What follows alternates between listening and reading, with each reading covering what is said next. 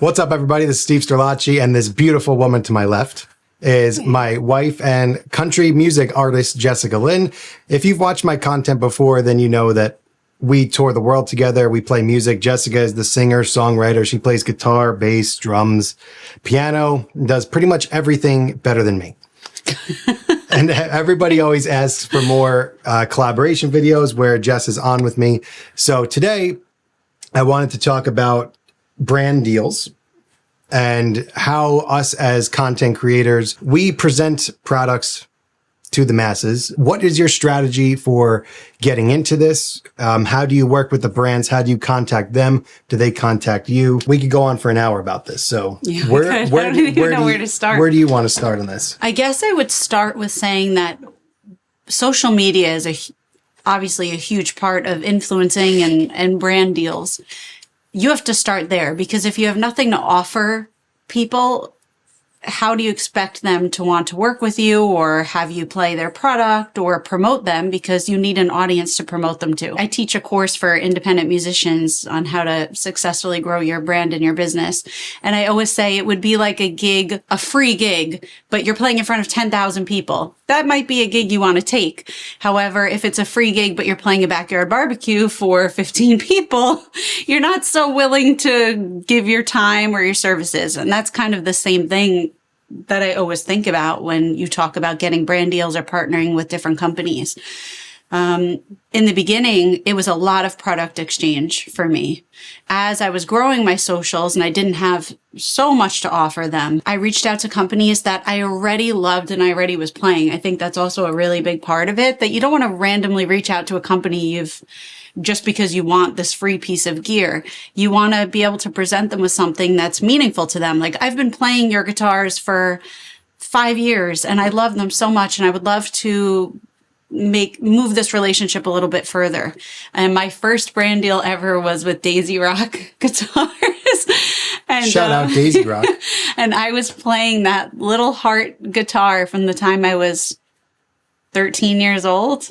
And I partnered with them when I was about 18 or 19. So again, that was a cool story. I already had a relationship with the brand. I already had pictures that I could show them. Look at all these cool places I've been playing your gear. As my socials grew, it started being paid, plus you get gear. So first point is be passionate about what you're presenting. Have some incentive for wanting to post it, not just posting stuff because, hey, I hope to get sponsored by them one day, but using things that you actually are going to be using professionally, things that you're actually interested in. I think that means a lot. And I think to a lot of companies, it's even now what I'm seeing becoming less and less about numbers, about subscriber count, about view count. And a lot of companies focus more on passion. Like, is this person a good fit for what I do? Does my product design, does my product vision align with their type of content? So being a girl guitar player, playing a Daisy Rock guitar, that relationship just makes perfect sense. You also want to be genuine. You're not going to build a fan base or build a following promoting gear that has nothing to do with who you are as a person or the type of music that you make. I mean, now we're at the point I turn down stuff all the time. So do you. Yeah. And stuff that's pretty well paid, but it's stuff that does not align with my audience, with the type of artist that I am, the type of person that I am.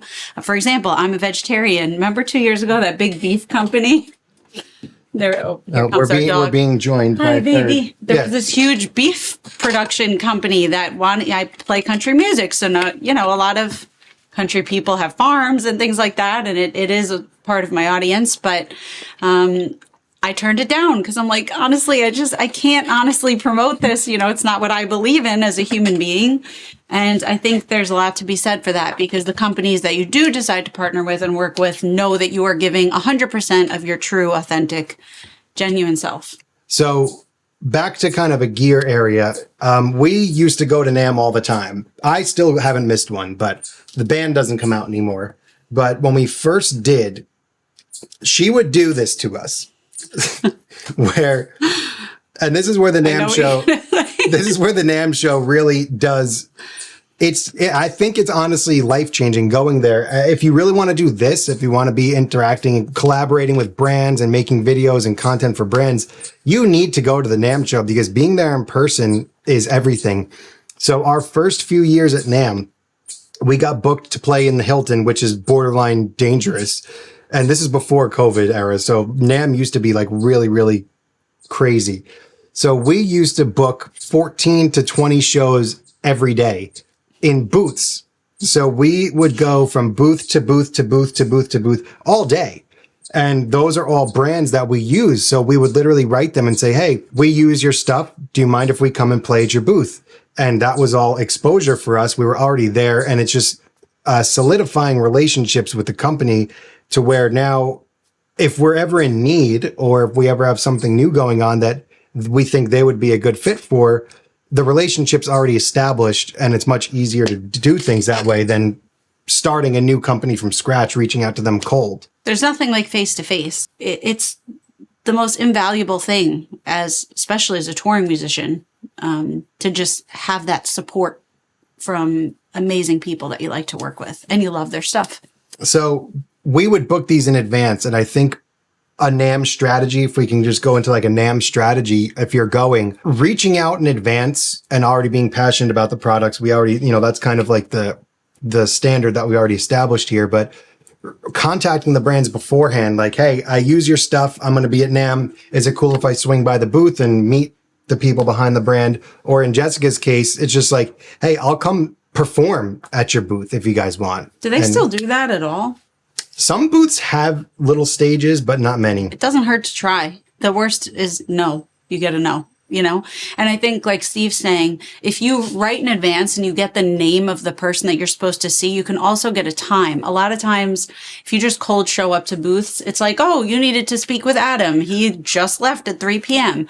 If you make contact with them before, they say, yeah, swing by between the hours of 11 and 2 because that's when I'm there. Aside from just making the connections with brands at NAMM, because you have that face-to-face with them, your relationship can go so much further than gear in terms of promotion for yourself as an artist. One, if you become an artist of any of these companies, you get listed on their website. They usually share your stuff on their social media. I've done major magazine nationwide campaigns with brands. I'm a Tascam artist, and they put me as the face of their Track Factory, which was a little mobile recording studio. I was in every Guitar World magazine. So it's not just about the gear exchange. The relationship that you create with these people can benefit you for years and years and years, and it will benefit them if you have enough to offer. All right. Hello, Buddy Blues. So I'm doing this video on content creators connecting with brands, and you do a great small business Tuesday on your channel, which is awesome. You feature up and coming brands, maybe lesser known brands that are trying to get their names out there. And I think you're most valuable to this conversation because last January, you were a first-time NAMM goer. So I was. Did you go for business? Like, were you there saying, I want to expand my clients on YouTube. I want to get more work. I want to get more collaborations. I want to get some business push out of this trip. Yes. And to be completely honest with you as well, it was more, I wanted to show people that I'm a real person. And I kind of wanted to, how they say, I want to go show my face at the party. Yeah. It was kind of like, it was more of that for me. I did indeed get to talk to a lot of new brands, but I also wanted to focus on the brands that I had already done a lot of work with and for. Kind of like saying thank you, really. And also talking to new people that we may have spoken, or we may follow each other on Instagram, if you will, but we haven't yet done work with each other. And I did wanted to go and talk to these brands as well. Kind of like first brand that comes to mind is Acorn Amps. A lot of the pedal companies got together and shared one booth. And I got to meet everyone on that table. And sure, a lot of business, a lot of relationships came from that, but also a lot of good friendships came from that. And that's also one of the most important things, that it's 99% about your connection to the people behind the brand. They're not as concerned. And I'm wondering if your impression of this was, are they concerned with subscriber count? Are they concerned with your views? And they're mostly concerned with, who are you? Are you cool? And are you passionate about what Bingo. we do? And does what we do align with what you do? Bingo. And if it does, let's go. Yeah, dude, these people are guitar players like you and me, like everyone.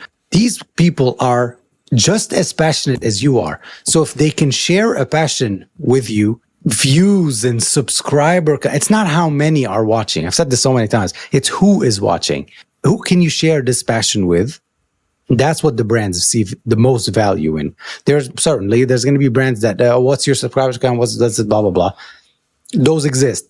But the vast majority, almost all that I've worked with are mostly concerned with, we love how passionate you are about this thing or that thing. And we saw that video that you did for whatever company, and we loved how you portrayed the product or whatever. Would you mind doing one for us as well? And that's how you snowball your client list, essentially. I think it's really important for people to set up in advance where, hey, if I want to work with company X, I'm going to make sure I'm following them, engaging on some content, and I'm going to try to get a hold of someone in advance and say, hey, I'd love to talk to you at NAMM in person. Right, certainly. Did you do any of that your first time? I did that. Yeah, for the first time. Yeah, I did that. I started the YouTube channel in 2020. Around 2021, 2022, I was still doing stuff that I had. It wasn't brands reaching out to me. So I did back then start DMing many, many companies. If you do good, honest work, other brands will end up seeing the video and then reaching out to you.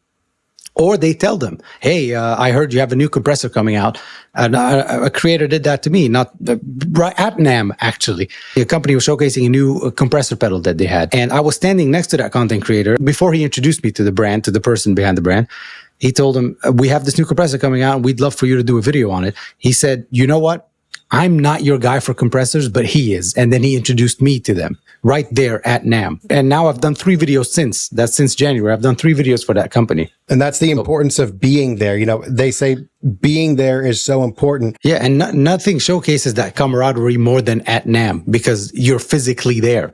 Now let's talk about NAMM number 2. What is going to change about your pre-planning process and what's going to change about your process when you get on the showroom floor and how you're going to connect with people and brands? Easy. I want to say hello to all the friends.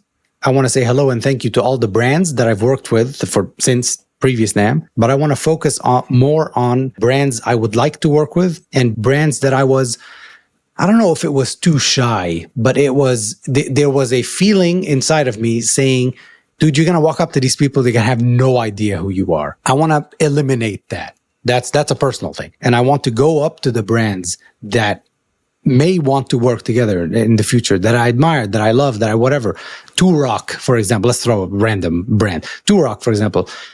I walked past the Rock booth 8 times. And every time I did, there was some unbelievable Kirk Fletcher heavy hitter, like people that are way up there in the music world. And then I'm walking like, do I go say hello or do I keep walking? Let me go check out blah, blah, blah. Let me go to my friend, blah, blah, blah at this company. And I want to curb that. I want to meet new brands that I could potentially, worst case scenario, we make new friends. Best case scenario, we start doing work together. So talk to us now about your Small Business Tuesday. How do you go about finding brands for this? How do you reach out? Do they reach out to you? Like start from the beginning where it started, how it's going and how it's going to be. A company reached out to me at the very beginning of 2021. So I was beyond new on YouTube. It was a brand that I had never heard of, making a pedal that I had never heard of. He said, we love the way you play.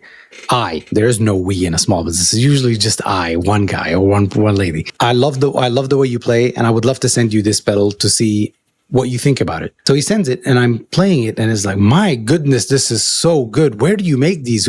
Where's the factory? There's no factory. I make them on the kitchen counter. Do you sell them? It's like, not much. I would love to sell more because this is my passion. I want this to be a thing. I'm like, man, so you're like small business galore. He says, yeah, that's it. So there's one guy in Connecticut. Cool. How many of this guy are there in the world? So his friend that is, I think up in New York, has another company, also a small business company. He told him about this video, told him about me, and he sent me that. And then I started looking into the whole small business thing. And in 2020, remember, there was a boom of many pedal people coming out. And I started making that the focus. There's nothing wrong with Boss, lovely, amazing pedals and company. There's nothing wrong with Fender. There's nothing wrong with any of these guys. But what about, let's look at here. a little Yeah. bit. Let's give these guys a chance. They don't need a marketing boost. No, precisely, which is what I say in every video. So let's look at these guys a little bit, because if this guy from a brand called Music Box made a pedal that's this good, how many more of you are there? And I launched a thing called Small Business Tuesday. From that, many people started reaching out to me from Europe, from Australia, a guy in Russia, a guy in the United States, Canada, whatever. They started reaching out to me. And then it snowballed from there. People that really want to pour their hearts and souls into this business, that don't have the outlets, that don't have the reach, that don't have the notoriety, whatever. That's what I made my own personal mission that's what 90% of the channel still is. It's dedicated to small businesses. I think in the last 4 years, I've made one post of small businesses, please reach out to me. And I've never done it since, because it's just been people talking to people, either viewers from the audience of the video. Sometimes I message them. Most of the times they message me. And we do the whole thing. I have a whole questionnaire ready for them to determine if they truly are a small business, which they usually are. And there you go. Now you have a regular series on your channel. Your audience now are like, hey, if I want to support small business, this is going to be my guy to go to for my shopping. And now all of the small businesses are like, hey, I've got a guy that's helping people like me. So you're the king of small business and connecting with the businesses. All right. So make sure you go subscribe to Buddy's channel, and thanks for being on, man. All right. So I think that's a pretty good survival guide for the content creator trying to work with brands. Maybe that's what we'll call it. Yeah, I like that. The content creator survival guide. We should have had the bucket hat. Safari. Safari. For this video. So everybody, please thank Jessica in the comments for being a part of the video. I hope you guys enjoyed it and made it this far. Thanks for watching. I'll see you all in the next one.